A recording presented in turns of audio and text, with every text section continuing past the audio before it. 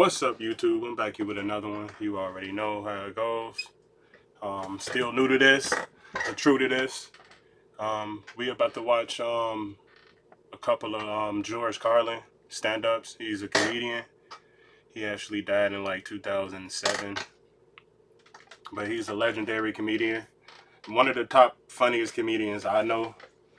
Um, Actually, he probably like number one to me because what he talk about.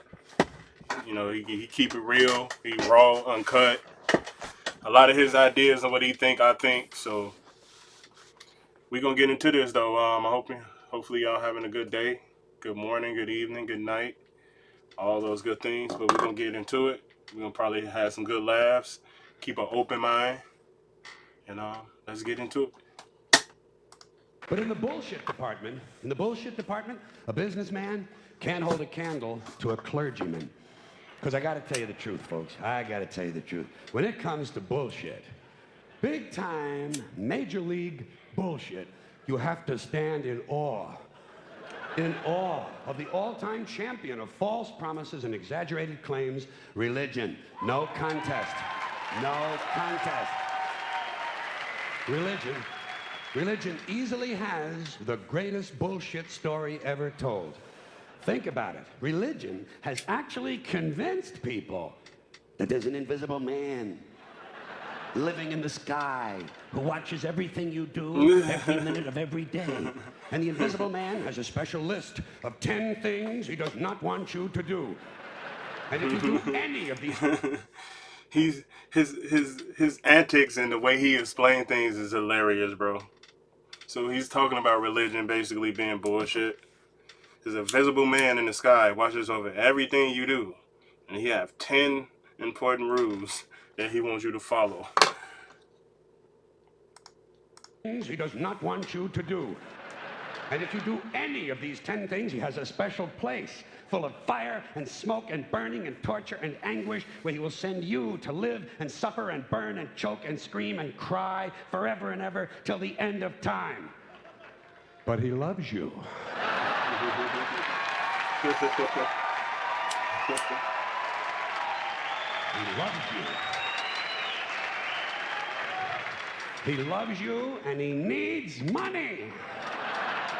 He always needs money. He's all powerful, all perfect, all knowing, and all wise. Somehow, just can't handle money. He said, religion takes in billions of dollars. They pay no taxes, and they always need a little more. Now, you talk about a good bullshit story. Holy shit. My bad for the coughing, bro. Thank you. But, thank you very much. But I want you to know something. This is sincere. I want you to know, when it comes to believing in God, I really tried. I really tried. I tried to believe that there is a God who created each of us in his own image and likeness, loves us very much, and keeps a close eye on things. I really tried to believe that, but I gotta tell you, the longer you live, the more you look around, the more you realize something is fucked up. Something is wrong here. War, disease, death, destruction, hunger, filth, poverty, torture, crime, corruption, and the ice capades. Something is definitely wrong. This is not good work. If this is the best God can do, I am not impressed. Results like these do not belong on the resume of a supreme being. This is the kind of shit you'd expect from an office temp with a bad attitude. He got a point, though. It's like, if God's so perfect, why is life the way it is? He just said disease, war, destruction, filth, hunger, just everything that's going on in this planet. Like, why is all this happening from somebody that's superior and perfect? Shouldn't it be a perfect life? Shouldn't life be perfect the way there's no killing, no need for starving and hunger and not getting sick, diseases and everything, bro? Like, wouldn't it be not that? But I don't know. And just between you and me, in any decently run universe, this guy would have been out on his all-powerful ass a long time ago. And by the way, I say this guy because I firmly believe, looking at these results, that if there is a God, it has to be a man. No woman could or would ever fuck things up like this. So, Look, all the women shouting. so, If God was a woman, it wouldn't be like this. if there is a God, if there is, I think most reasonable people might agree that he's at least incompetent and maybe, just maybe, doesn't give a shit. Doesn't give a shit, which I admire in a person and which would explain a lot of these bad results. So rather than be just another mindless religious robot, mindlessly and aimlessly and blindly believing that all of this is in the hands of some spooky, incompetent father figure who doesn't give a shit, I decided to look around for something else to worship, something I could really count on. And immediately, I thought of the sun. Happened like that.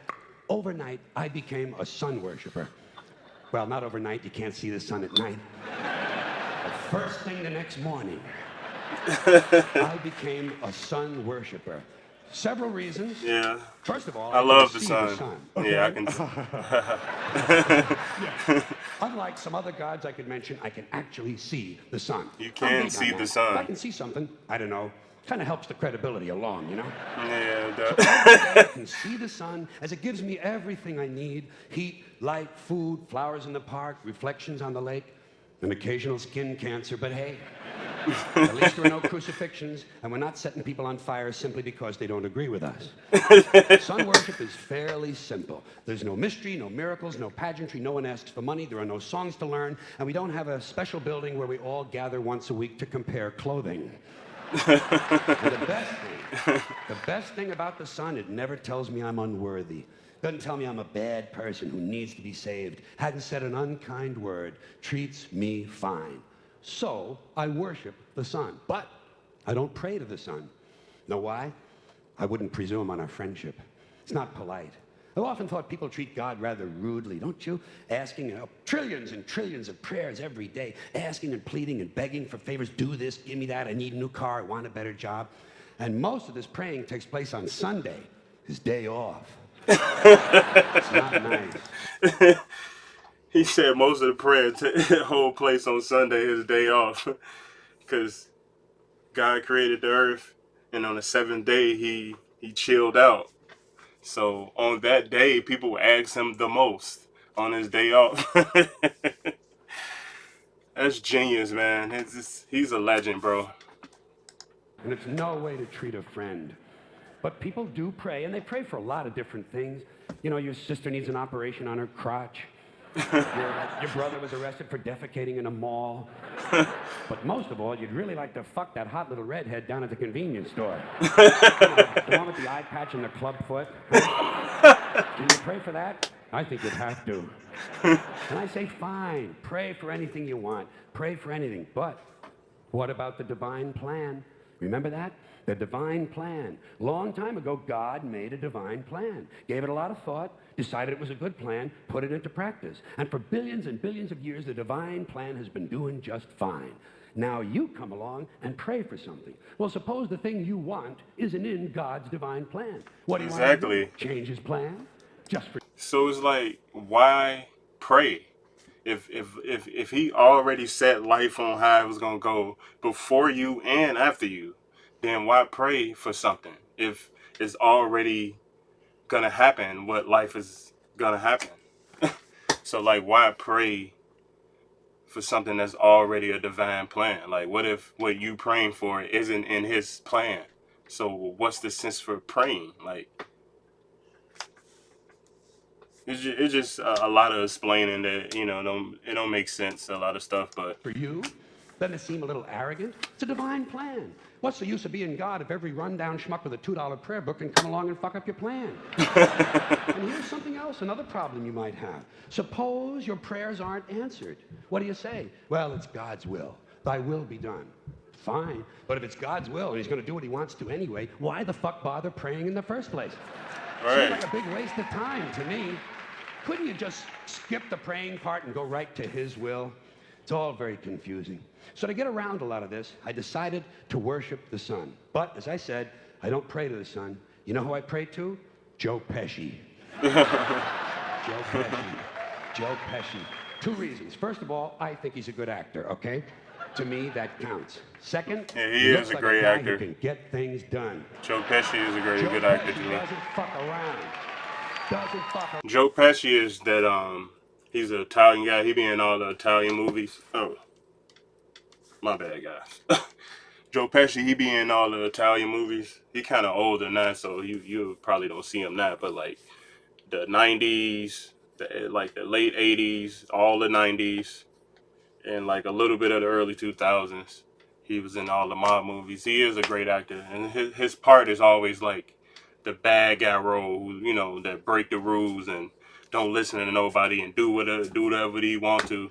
So um, just look up Joe Pesci, and then you know a couple of his movies will pop up. If you ever saw it or didn't, you should kind of watch a couple of his movies. He actually is a good actor though, like what he do, and he fits his roles that he plays. Around. In fact, Joe Pesci came through on a couple of things that God was having trouble with. For years, I asked God to do something about my noisy neighbor with the barking dog. Joe Pesci straightened that cocksucker out with one visit. It's amazing what you can accomplish with a simple baseball bat. So I've been praying to Joe for about a year now. And I noticed something. I noticed that all the prayers I used to offer to God and all the prayers I now offer to Joe Pesci are being answered at about the same 50% rate. Half the time I get what I want, half the time I don't. Same as God, 50-50. Same as the four-leaf clover and the horseshoe, the wishing well and the rabbit's foot. Same as the mojo man. Same as the voodoo lady who tells you your fortune by squeezing the goat's testicles. It's all the same, 50-50. So just pick your superstition, sit back, make a wish, and enjoy yourself. And for those of you who look to the Bible for moral lessons and literary qualities, I might suggest a couple of other stories for you. You might want to look at The Three Little Pigs. That's a good one. Has a nice, happy ending. I'm sure you'll like that. Then there's Little Red Riding Hood, although it does have that X-rated part where the big bad wolf actually eats the grandmother, which I didn't care for, by the way. And finally, I've always drawn a great deal of moral comfort from Humpty Dumpty. The part I like the best, all the king's horses and all the king's men couldn't put Humpty Dumpty back together again. That's because there is no Humpty Dumpty and there is no God. None, not one, no God, never was. In fact, I'm gonna put it this way. If there is a God, may he strike this audience dead. Oh no! See, nothing happened. Nothing happened. Everybody's okay. All right, tell you what. If I was there, I would have been like, hold on, bro. I'll raise the stakes a little bit. If there is a God, may he strike me dead. See? Nothing happened. All right. Switch that around. My leg. And my balls hurt. Plus, I'm blind. Oh, now I'm okay again. Must have been Joe Pesci, huh? God bless Joe Pesci. Thank you all very much. Joe bless you. Thank you very much. I appreciate it. Alright, man. I'm gonna stop it there. Actually, this video goes on and on, but I just wanted to do a short video on it. That was it. I mean, what's your thoughts? I mean, are you like big in religion, or are you not? Like, do you like talking about it? I mean, is it a touchy subject for you? Me personally, I'm a little older, but when I was a little younger, I was Christian. But then I kept living a little bit and met a couple people who was kind of into science and kind of like look at the world a little different. And once I started hanging around them and kind of like learning from them like what they see, I started seeing it like what life really is. And religion don't really line up to what life really is. It don't explain a lot what's going on around us. Like, you know what I mean? Like it just explains like our human actions, but it don't really explains like life. Like, you know what I mean? Like oxygen. Why we need oxygen to breathe? Like, why do we starve? What is organs? Why do we need a heart? Why like, you know what I mean? Like what is a vein, a blood vessel? What like you know what I mean? Like what is that? When you dream, what is your brain going through? Like, you know what I mean? Like, it don't explain anything. Like, it just explain like us and how we are and who you should be. It don't explain life for real. So once I start really thinking outside the box, it's like a blindfold was on my face, and the whole world just opened up. But that's just me though. I got a lot of other reasons why. I kind of was already there. I kind of was already kind of skeptical about it, but once I really met other people that's kind of outside the box, it really showed like, oh, okay, life is really this ain't really, you know what I mean. But hey, if it help you sleep at night, and you know what I mean, it help you be a better person, hey, go ahead. Like, I'm not really here to be like, oh, you wrong for believing in this. I'm not really here to do that. Like, because I know how humans are. Like, I know that we need something for life to be a purpose, and that's okay. Because we was just put here. We don't know what's going on. This life is too complicated for our brain to even wrap around it. Like, you know what I mean? It's too much going on. Like, when you at night, if you don't live around a lot of light pollution or whatever, or if you do live around a lot of light pollution, go somewhere where it's kind of like a little less light and just look in the sky and just think like, what is all that?